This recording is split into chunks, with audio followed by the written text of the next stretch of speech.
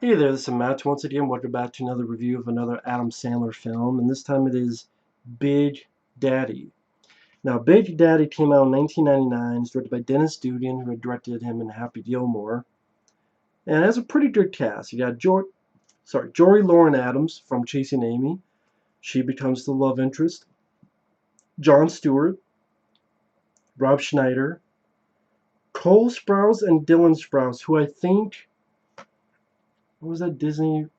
I think it was a Disney Channel show called like The Sweet Life of Zach and Cody or something. And I think he was the star of it. I believe so, something like that. You have Leslie Mann, who would go on to marry Judd Apatow and be a lot of Judd Apatow movies, including Funny People.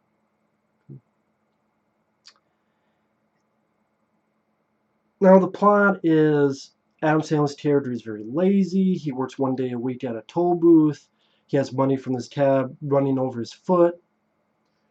And Christy Swanson, from the movie version of Buffy the Vampire Slayer, among others, she dumps his ass saying, well, she's ready to dump his ass saying, hey, I need something more. And Adam Sandler does a good job in this, I think. There's a lot of funny bits. Well, you need a father figure? Okay, stop pulling your sister's hair. Rob Schneider, I will admit, this is one of the roles I don't mind him in as a delivery guy. He didn't annoy me as much as other roles. And one day, this surprise shows up at his doorstep, and finds out it's the son that his roommate, Jon Stewart, didn't know. And so Adam sounds like, you know what? You're getting married to Leslie Mann. Let me take care of this kid until you get back from your trip. And also, maybe I'll take care of this kid and show my girlfriend that I'm a responsible guy. That doesn't work because she comes home with this old guy. Oh, he's got a 5-year plan. What is it? Don't die? But the kid, I thought, did a really good job. He was not annoying at all. He was a very sweet kid. Like when Adam says, like, you wipe your own ass? Yes. That's good. And, it shows an irresponsible guy trying to take care of a kid. So you have crazy scenes like Adam Sandler's making rollerbladers trip on themselves. A nightlight for the kid, and it's this sign that says live nudes. The kid wets his bed, so he puts a bunch of newspapers over there. Hey, pour me a bowl of milk. The kid spills and cries. Or don't pour me a bowl. Either way. Like, Adam Sandler doesn't treat the kid awfully. Like, he's not yelling at him. He's not being mean to him. And, yeah, Adam Sandler, I think, gives a good performance. Again, the way he delivers his dialogue, I thought he did a good job. And Rob Schneider, again, he didn't annoy me. There's some fun bits when he's arguing with the kid. You call me a liar? There's a bit where Adam Sandler's teaching the kid about wrestling, and Adam Sandler gives Rob Schneider the sleeper hold and accidentally knocks him out. One fun bit is McDonald's with the breakfast. They thought it was 11, and we stopped serving at 10:30, and Adam Sandler's like, horse shit! And accidentally makes the kid cry. Will somebody get the kid a Happy Meal? Will somebody get the kid a Happy Meal? Or even when the kid's like, Kangaroo song, it's like, all right. And then he's watching this, like, I can't take this shit. You serious? Like, certain lines he threw out that was pretty funny. And even when he's yelling, I like that they didn't make it seem too weird, like, Jesus.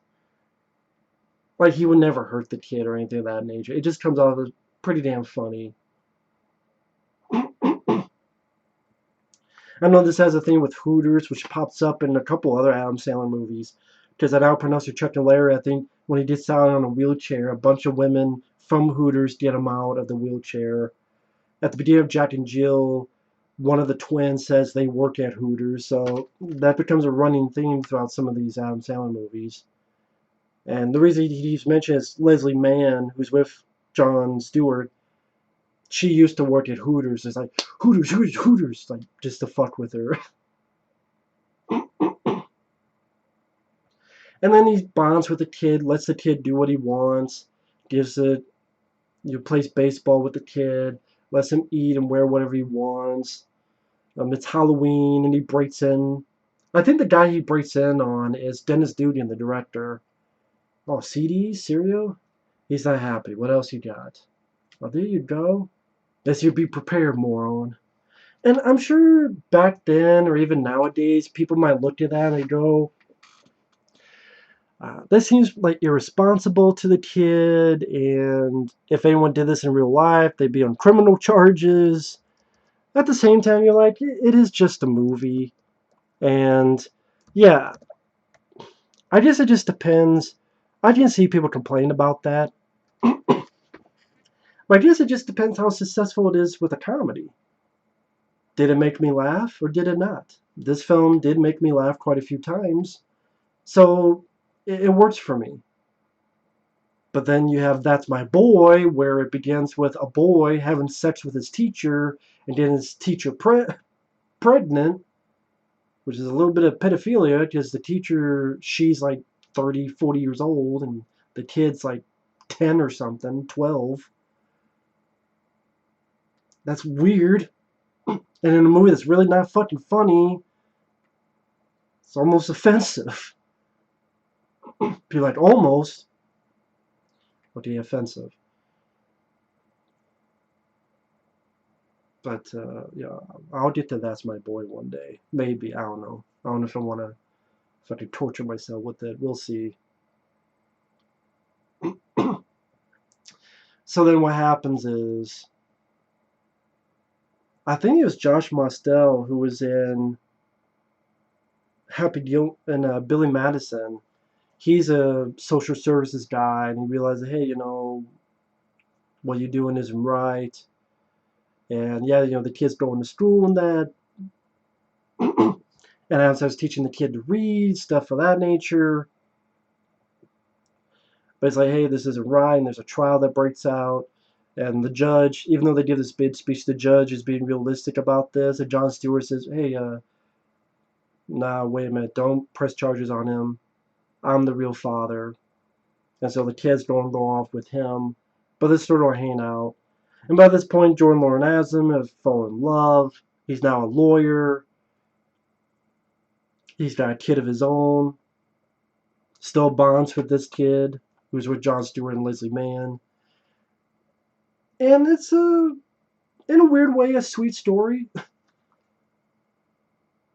Again, there's quite a few funny bits that made me laugh out loud, even after seeing this way back in 1999. The cast worked well with each other. I like Joey Lauren Adams. It's sad that after Chasing Amy in this, she didn't really get to do much notable stuff, which is too bad. I don't know what happened, if she got railroaded by something or derailed by something. I don't know what happened. What happened to her? Rob Schneider, he wasn't that annoying. The kid was not annoying at all. I didn't think he was irritating at all, which is very hard to do, but I think they did a good job here. It's played by twins. It's, usually they have twin kids to play one because they can only have the kid for a certain amount of hours for child labor laws. And I didn't notice anything unusual from one kid to the other. I couldn't tell you the difference between the two. For me, I would, if you told me it was just one kid, I would believe it. And overall,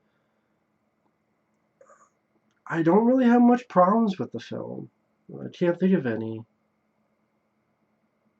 I mean, the trial at the end, it's not like interesting or anything to me, but it's there. But either way, fun comedy.